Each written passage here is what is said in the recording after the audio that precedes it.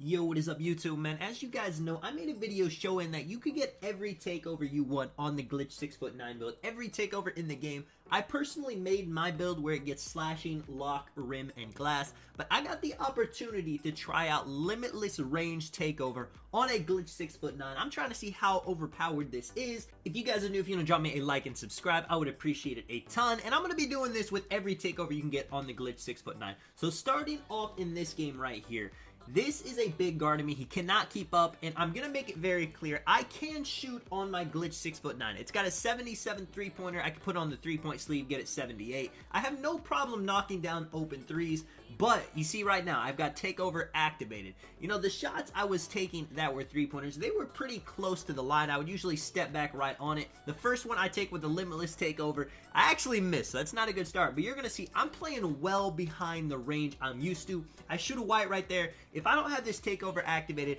I'm never going to make that. The big has to play super high, and that's what sharpshooting takeover does. Check this out. Pretty much at the hash on a build that's not really meant to do this. Now, while I was getting some nice clips shooting super deep with this limitless takeover, I'm not going to hide the fact that I was missing shots as well. It's different having, you know, a guard with a 99 three-pointer with this takeover on compared to having like a glitch 6'9" with a 77 three-pointer doing the same thing. Now, it does help you hit those deep threes, but it's not just a cheat code where you're going to make every single one. You still got to make sure you have stamina. You still got to create the shot, which is not the easiest thing to do on a build that can't get the elite dribble moves. I got this gameplay right here where I'm just showing the offensive clips as well. In these first two games, I'm showing you where the center's guarding me, where this guy's guarding me. I'm honestly just going for super half-court shots to really test the takeover at its fullest extent. You're going to see my shooting percentage isn't that good, and I'm just kind of showing you guys the clip at the beginning right here. I missed the Michael Jordan dunk. He ends up missing a dunk. I get the contact dunk right there. Check this out. This guy drives in. He's going to end up missing a dunk. It was just a misfest, but I end up getting the ball, bringing it out to the hash, again, making it. You can make those.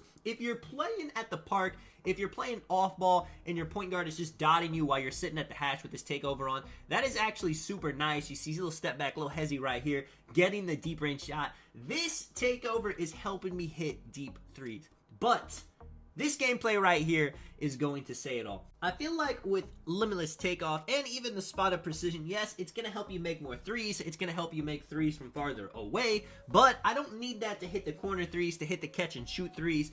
And being able to shoot from the half-court line is an advantage, don't get me wrong, but I feel like if they see you have sharp takeover activated, they're not just going to leave you. I'm not trying to dribble, ISO my way at the top of the key for a three. I would much rather just do what I do right here, drive in, get the dunk, and you're going to see, I feel like having sharpshooting takeover on makes people play you a lot higher. Now, this is a strategy I see a lot of people do. They have a sharp takeover on their build, whether it's spot up precision or limitless range, it doesn't matter too much, but since people are going to play him high because they think they're a shooter, they end up just driving all game, doing quick drops off one, and they actually dunk enough to the point where they get sharpshooting takeover, and that's when they really start shooting the shots. You know, it's kind of cheesy. You shouldn't be able to get, you know, a takeover related to shooting by just dunking, but it is what people do. This game, I am boxing this man up like a madman, but I would much rather have a slashing takeover on to get contact dunks. I would much rather have a lock takeover on to get steals. I would much rather have rim takeover to get blocks. I would even rather have shot creating takeover to do some crazy fades, but sharp takeover is good. And if you feel like you're somebody that struggles to shoot with a lower three-point rating or a mid-range rating,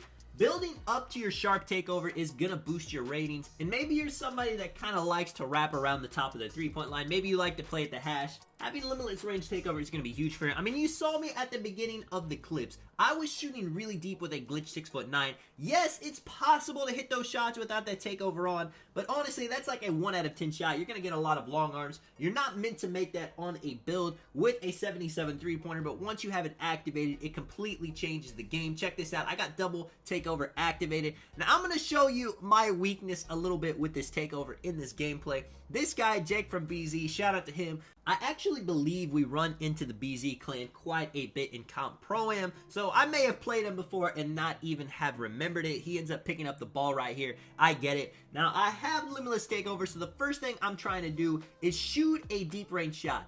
but look how high he is playing. The smart decision for me would be, since he's playing high, all I need to do is drive by. But then in my head, I'm thinking, why do I even have sharp takeover on if I'm not going to be trying to get my 3 first? And that ends up just being a detriment to me. But check this out, you know, step it back right here, shoot it in his face. That is a great shot. That is a huge shot. That is a limitless sharp takeover shot right there. But it probably wasn't the best shot. He kind of got a contest, and I could have just easily got past and went in for the dunk. It could be huge. You see, it's only a 6%, surprisingly. It should have been way higher.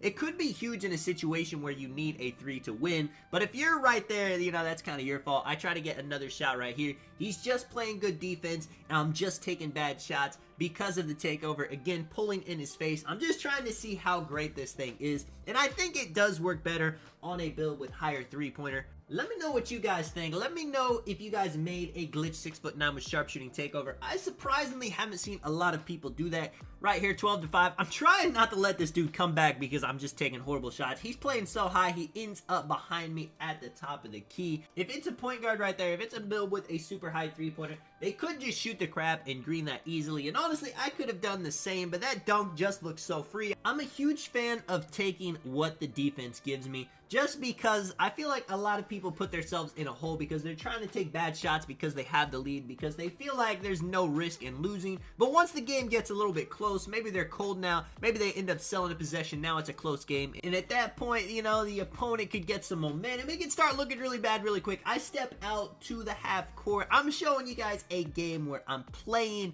terribly, at least on offense and shooting. You know, on defense I've been solid, my dunks have been solid. I could have showed you guys a gameplay where I played really well with the takeover. That's why I did show you guys the clip showing how having sharp takeover on does increase the range by quite a bit, but it just doesn't work for me. I feel like it doesn't really work perfectly for this build. I feel like there's a lot of better options. This guy just giving me the rim run to the paint at the end of the day. If I wanted to shoot crazy deep range shots, I would have made a build with a higher three-pointer. I'm still going to take my threes with this build when they give it to me, but since I have the 92 driving dunk, man, I am dunking the ball as much as possible. Let me know if you guys enjoyed the video.